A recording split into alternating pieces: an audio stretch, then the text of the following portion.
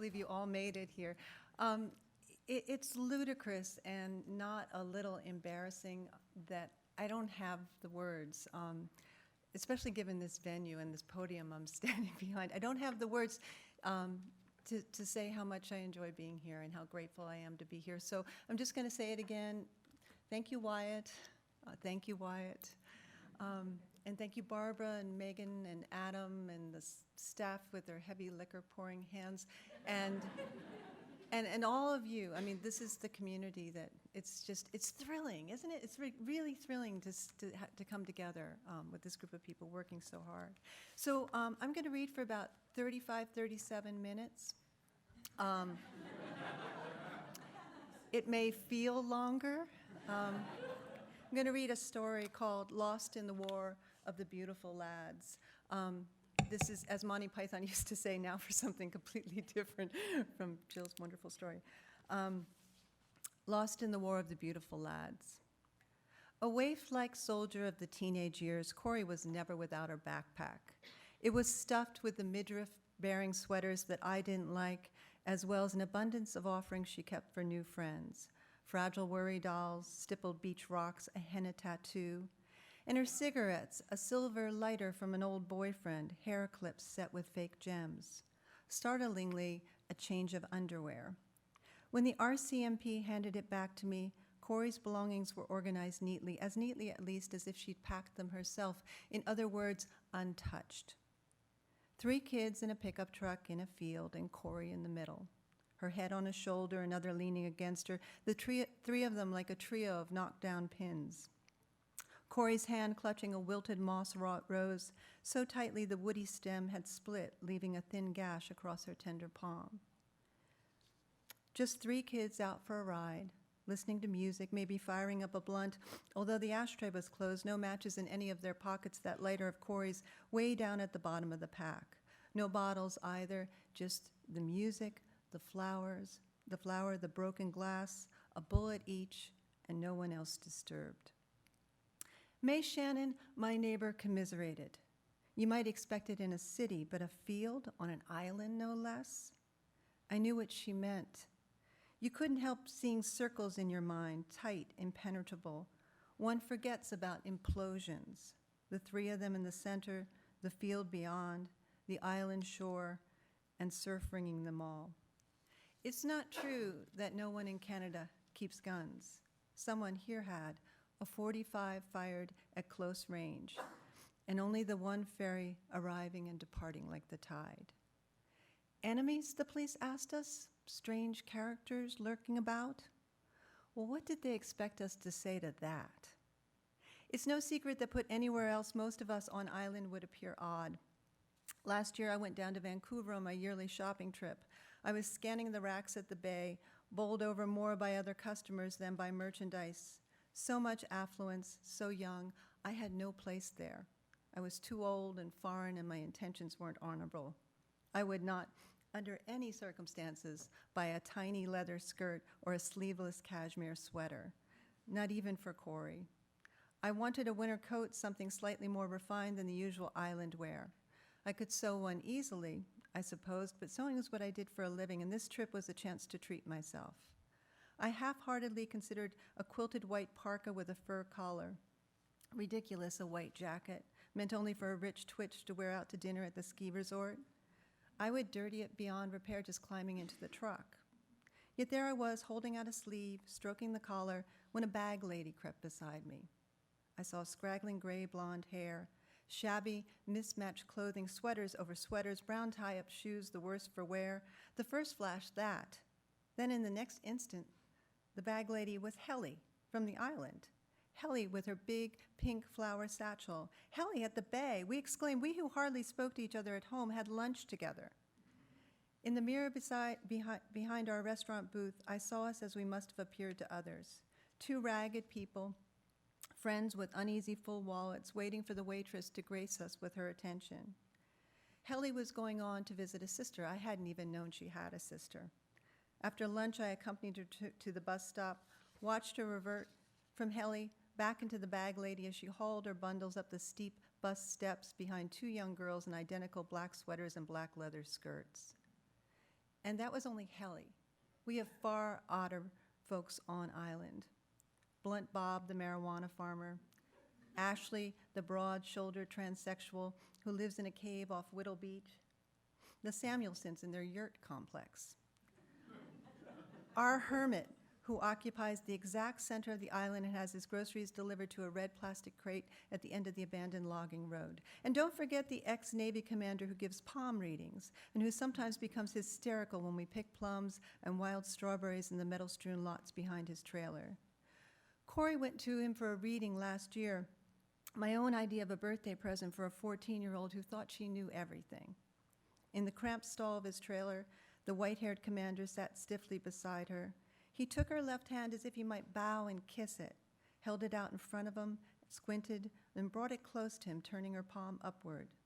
With one finger, he traced the 6 major lines, gave them names: heart, head, life, Mercury, Apollo, Saturn.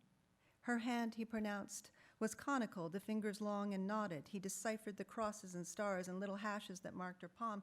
He clucked over the feathery lines the presence or absence of padding, declared without irony, with surprise even, that Corey had a heart. She preened, smirked at me. The commander bristled when he saw that. "Listen up, girlie," he said. "This isn't a prize." He dragged long and hard on his hand-rolled cigarette, letting the smoke escape slowly as he continued. "Having a heart," he smiled, showing a mouthful of long yellow teeth, "just means you can be stopped." He offered to read my palm as well, but the truth is, since I moved on island before Corey was born, my own future has been clear enough. And I certainly had no desire to be called down from my failings. Corey was already doing a fine job of that, thank you. Besides, despite his pressed exterior, the old man's hands were filthy, stained by cigarettes and fruit pulp, and his fly was half unzipped. I couldn't wait to get out of that musty trailer, rank with the smell of nesting rats and rotting plums. Before we left, he drew my daughter toward a tiny copy machine on his kitchen counter. "Oh yes, just like that," he breathed, pressing her hand tightly over the flashing roll of light.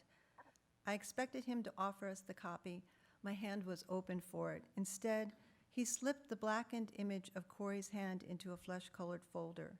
"It's mine," he said, kicking the door open for us. "Who knows what I'll see here in the future?" Over the phone, May Shannon tells me there are investigators on island. They visited her, promised to visit everyone. They're probably listening right now over the party line, getting a feel for who we are and how we conduct our business. She giggles a little at the thought we are all suspect, then immediately apologizes. "It's not funny," she says. I don't know why I'm laughing. Nothing makes sense, I want to say. Why should this? She's whispering now, asking if I've been out to the field. It's on my way to the beach, she knows, the beach where I usually clam. Never mind that I don't clam during this cold, windy season. She makes us sound like conspirators, and maybe it's that. Maybe it's because they might be listening that I pretend fear. Do they think we're safe, I ask May. The silence that meets my question tells me May has never thought of this, has never wondered if another murder will follow this inexplicable one. And then we have the funerals. They are almost too much for us to bear. 3 in a row. Denny's family is Catholic. They take him to the mainland, and we all go down to the ferry and see him off. Garrett's family, although not churchgoers, has a service in the Methodist Church, the only real church on island, a sweet gray clapboard chapel close to the beach. For Corey, my partner Jasper and I rent the kitchen shelter in the provincial park. Jasper's idea. He's the one with all the ideas now, although when we had Corey here, he was clueless, always retreating to the studio when she and I batted heads. "She's your daughter," he said when I asked for help. Yet Jasper and Corey sometimes seemed more kin than she and I did, the way they each burrowed away from me at times, reveling in solitude and secret projects. At the kitchen shelter, we serve high tea, Corey's favorite. As a little girl, she loved to linger around the lobby in the Empress Hotel in Victoria, hoping we'd come up with the $30 a head to treat her to high tea. We never did, so we have it now. We choke down scones and Devon cream, little sandwiches smeared with salmon paste or chopped egg. May Shannon's husband, Ed, keeps a flask of whiskey handy and doctors my tea each time I hand the cup round for a refill. The Vancouver police find Corey's fake ID on a runaway. The runaway insists A boyfriend got it for her, but surprise, the boyfriend is nowhere to be found. They all vanish, I muttered to Jasper as my eyes closed that night. I hardly hear his answer. I used to be the one awake until dawn, charged with dread as I listened for her. Now for what seems like the first time in 2 years, I collapse deeply, astonished each morning by the calm autumn sun warming my face. After the first shock and tumult dies down, our neighbor, the hermit, brings us a bundt cake on a chipped china plate rimmed with hand-painted forget-me-nots. He unlaces his muddy boots at the door, sidles into the living room, and stays to eat 2 pieces of cake himself, expressing a querulous preference for the Hawaiian Kona coffee we once gave him over the cinnamon tea Corey favored and which still crams a cupboard shelf. A narrow-faced, gray-haired man with bloodshot eyes, he looks as if he's been weeping. But once he has his coffee and cake in hand, he might as well be alone, so fierce is his concentration. Even when we lay our forks down on our empty plates, we have nothing to say. But our old lab, Pamela, who's been pining for Corey, likes the hermit, and he wrestles with her on the living room floor until the coffee table topples to the rug. A blue pottery dish filled with beach glasses upset. Tears fill the hermit's eyes as he apologizes, scurrying around on his hands and knees to pinch up the pieces before he flees. One of the boys, the Catholic one, Denny, has a record on the mainland. He stole parts from cars, they tell us, and worse, hustled sex-starved tourists at the Granville market. Not uncommon, we're told. A cadre of lost boys survive in the city this way.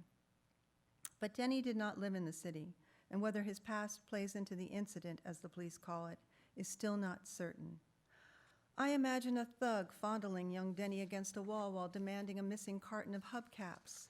I shake my head. Always these days, I'm shaking my head.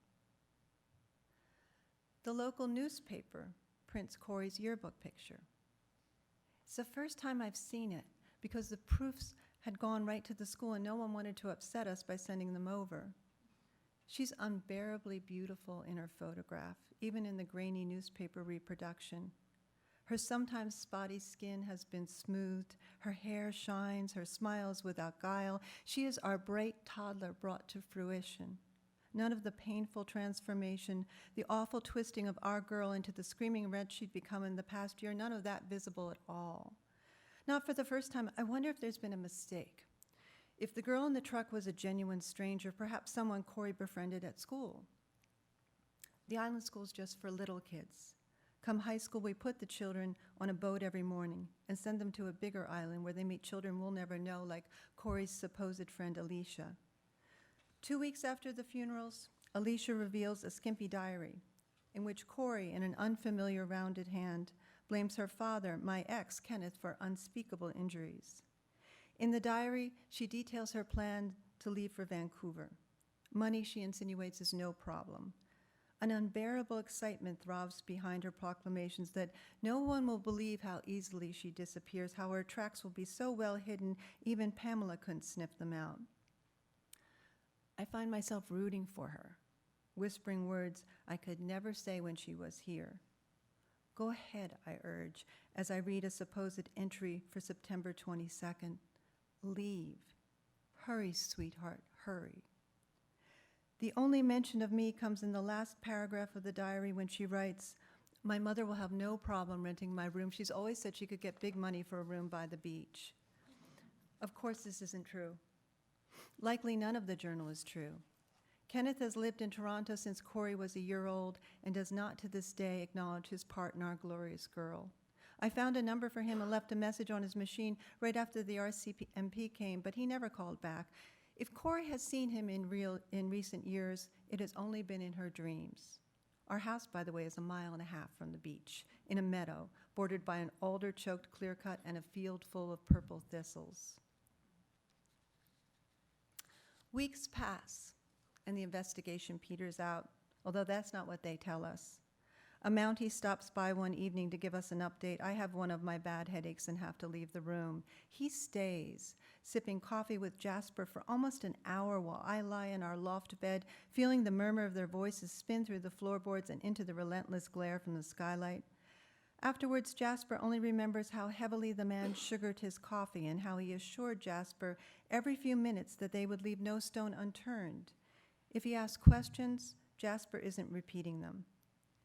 "Linny, you know they're doing their best," he tells me, averting his eyes from my incredulous stare. What does that mean, their best? Best is shining A+ gold star, a tiny girl twirling into my arms on the beach, squealing, "Look, Mom, I made a new country," as she pulls me towards her deep sand hole with clamshells set around as tidy houses, exactly mimicking our island geography. Best is not a thin-lipped Mountie emptying the sugar bowl.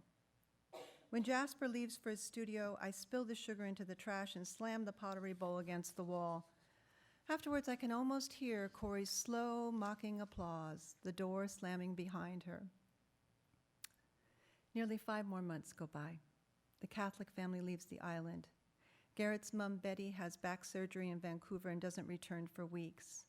His dad takes up with May Shannon's little sister, Charlotte, and when Betty returns, it's to an empty house.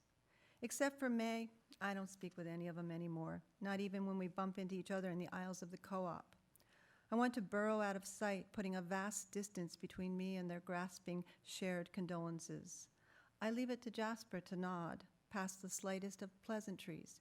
He's good at that too, I've noticed lately. Staying on the surface, I mean. The seasons change, you can't stop them. Jasper spends all day and some of each night in the barn studio, readying his pottery for the summer fair circuit. He specializes in oblong platters glazed with swirling sea greens and blues. Lately, the platters have grown ominously heavy, gaining in length and breadth as well. When they're finished, he wraps them in thin swaths of styrofoam, covers that with layers of newspaper, and stacks them in his van. More than once, I've been startled by the sight of him, hoisting his shrouds across the drive. The week before Jasper leaves, my father comes to visit from Victoria, where he runs a whale touring business. It's his busy season, the spring migration underway, but somehow he's managed to get away. When he hugs me, I feel myself shatter and reassemble in a new, sturdier form. He can steady you, Dad can.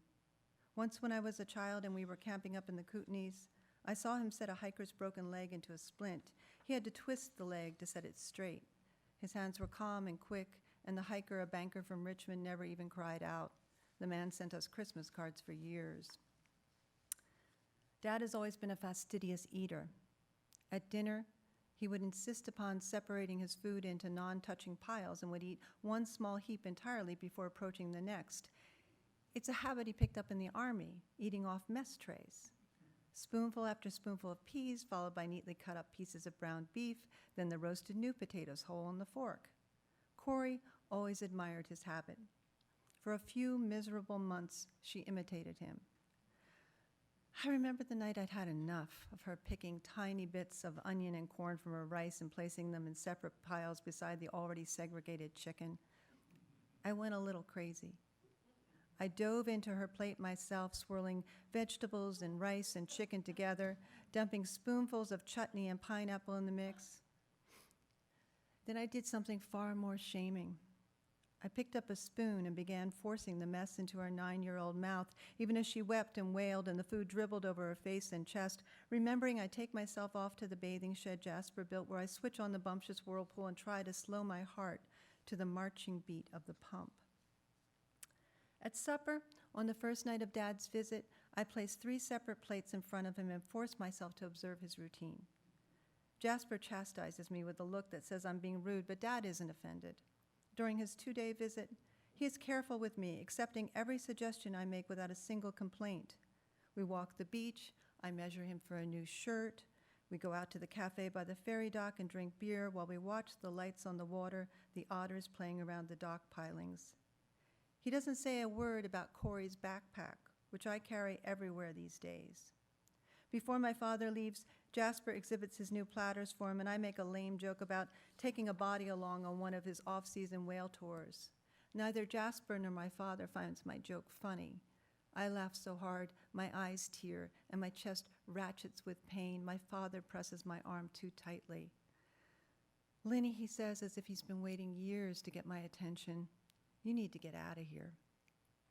For the first time in my life, I shrug him off, shake my head with a sour smile. I can never leave here now. Jasper at least knows that much. He hasn't even hinted that I should come along this year for the 3 months he spends going around mainland fairs. Last summer, we decided we would even plant a crop of Lescuti bud in the back field, but this doesn't seem a good idea anymore either, despite the unbelievable prices Blunt Bob is getting. Instead, a few weeks earlier than necessary, Jasper just packs his van and offers me a dry, painful kiss goodbye. Excuse me.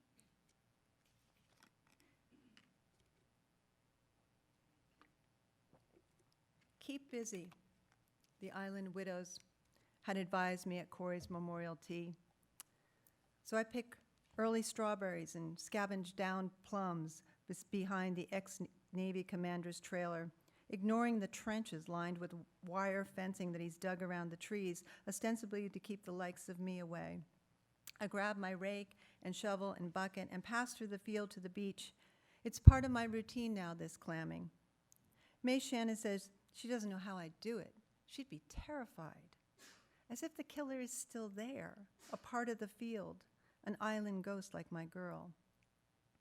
I don't tell May about the little red boots still in the mudroom or the childish clam rake leaning beside my own, how when my girl was little she'd run along the beach stamping at the clam holes, squealing when a clam would spit that jet of water, always taking her by surprise, no matter how many times I explained that every wild thing, even a clam, needs to protect itself.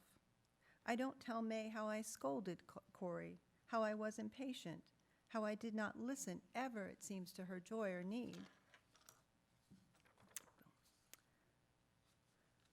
Island children are such pretty children. Have I mentioned that? Rudy-cheeked, dressed in brilliant scraps of homemade clothes, they own the island with their hidden forts and meandering bicycles, their restless, concentrated wonder. They are the best of us, those little ones, the reason so many of us came here in the first place, to give our beautiful children a life outside the world. It didn't occur to us then how we carry the terrors of civilization within us.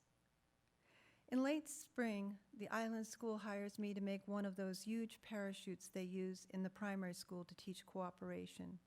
I remember this from Corey's time. All the students in a circle holding tightly to their bit of parachute silk. Together they loft the parachute over and over again into the air until on the count of 3 they simultaneously duck their heads inside. If they all work together, it's a seamless, selfless disappearance. Supposedly, this swell of togetherness will etch in their communal memories and keep them from harming each other as they grow older. The parachute's always a big hit. The children adore the moment when the ordinary vanishes into a prism of darting color and light, and they giggle madly knowing the adults will wait for them to reappear. But the last time they tried to hoist the ratty old parachute, the fabric tore, leaving a few forlorn children outside the circle, their hands full of unraveled silk. One child, half visible, began to sob. The school secretary telephoned me that afternoon. I have all the fabric cut out and pieced and am sewing on the machine when the hermit arrives with another cake. This one chocolate swirled with cocoa sifted prettily over the top. The entire living room is strewn with lengthy diamond-shaped panels of parachute silk. I have them hanging from the loft railing, draped over the couch and chairs, strips of lemon yellow, fuchsia, azure, and chartreuse, more fabric bunched on my lap and slung around my shoulders, turquoise orange, the reddest of reds. The hermit grins in awed relief. To him it must seem as if I'm wrapped up in happiness. When Pamela sees the hermit from her banishment on the deck, she starts her whining. Her tail hits the barbecue grill and the air behind her clouds with charcoal dust. The tender hermit flinches, already blaming himself. I'm out of coffee, out of tea as well, since Jasper took the last of Corey's with him. No milk and only the last scummy bit of apple juice in a recycled gallon container. Even the filtered water barrel is nearly bone dry. I fling open one cabinet door after another, slam them all shut. Plates jump, glasses shiver. A salt cellar flips on its side and rolls under the refrigerator. I sink to the floor as if I'm about to rescue it, but all I can think of is how much I want to join it in the closed dark. When I open my eyes, the hermit is still waiting. He's crouched across from me beside the sliding glass door with Pamela sleeping on the other side as if she's leaning into him. "Come on, then," he says. He pulls me awkwardly to my feet, hands me Corey's backpack, and steers me to the door. His fingers feel like sandpaper. Years ago, when I first arrived on the island and was fiercely walking my way through my pregnancy, I plunged onto the wrong trail and ended up hiking through a swampy marsh that led, I learned later, to the center of the island where the hermit lives. I remember telling this story to Corey when she was 6 and liked to spend whole mornings hiding in a big cardboard box in the center of the kitchen. Corey was intrigued, so years after my first hike in his territory, we tried without luck to find his lair again. All we could see was a curved roof made out of mismatched roofing tiles with a crooked brick chimney in the center. A thicket of Himalayan blackberries made any further approach unthinkable. With my help, Corey baked oatmeal cookies, and together we left them in the hermit's red crate by the logging road. Corey added a drawing she made of a little pink house with a smiling face filling a window. It was a few days after that the hermit appeared at our door with the first of his cakes, although he wouldn't stay, and his voice, that testy whine, frightened Corey. Now he leads me, with Pamela squeezing beside us, right into the brambles around his house. For the first time, I notice the knife sheath he wears on his belt. I pull back, yet he insists, and we barely scrape the first canes before we're in a fragrant tunnel in the midst of the blackberries, safely away from thorns. A moment later, we emerge into an expanse of sunny clearing, spinning with raised double-dug garden beds. The hermit has shaped all his garden plots in spirals and rings, and at the center is his house, just a shack really, covered even this early in the season with yellow and pink roses.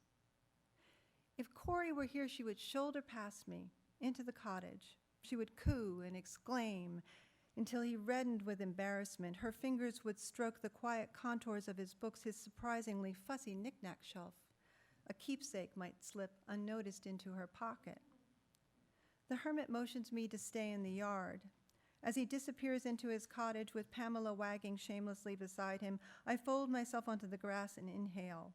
Purple sage is in bloom, the peas are flowering, and bulbs of garlic with their long green spikes still attached lie on a screen set up on 4 bricks. He presents me with a slice of cake on a china plate, this one rimmed with silver, and a shaking teacup filled to the brim with strong black coffee. Over his tattered sleeve, he's placed a single ivy-colored linen napkin, and he offers that to me as well. The fork is heavy and silver, and with each bite I feel pampered and reassured. "Your roses," I begin, as if he's neglected an introduction. "I don't know their names." I've heard that years ago the hermit was a university professor named Ewan Millett. We have books in the island library supposedly authored by that man, a historian. Now he jumps off to his feet to snap off blooms and bring them to me with their stories. Here is the yellow noisette and the rosy pink gracilis. Gracilis, he says, in a slightly pompous way that reminds me of May Shannon, is a borsol. This white, violet-scented beauty is a Banksia, named for the wife of Thomas Banks, who accompanied her husband on Captain Cook's ship Endeavour as it sailed around the world. Her kinfolk thought she disappeared off the face of the earth. His last offering is the least appealing, a rough purple blossom shot through with shades of crimson. He thrusts it into my hand, splashing coffee on the linen napkin. "See," he crows as if I've challenged him, "no thorns." According to the followers of Zoroaster, roses had no thorns until the arrival of evil in the world. "Think of it," he says in his high, soft voice, "something that knows no evil." I have a sudden urge to pluck each unlovely petal from the rose, introduce it to my world. The hermit doesn't seem to see my outstretched hand. He tucks the rose, Alpina he calls it, into Corey's backpack. His stranger's hand emerging from the backpack reminds me of what the RCMP would not return to me. "There are additional items, Mrs. Campbell," a Mountie had said, holding out a glass pipe with a pair of tubular stems and a wad of bills wrapped in the green-flowered scarf I once saved in tissue for fancier potlucks. "Perhaps you recognize them." "I'm sorry," I said, shaking my head. I caught her wearing the scarf as a halter. No big deal, perhaps, but it seemed monumental at the time, the way she sifted through my things, culling out the best, only to later trash or abandon each much cared-for article. The scarf was already ruined, burned along one hem. I don't even know why I wanted it back. Selfish bitch, she called me, her face twisted with rage. Again and again she defied me. And why not? What did I understand of the world shut away here on the island?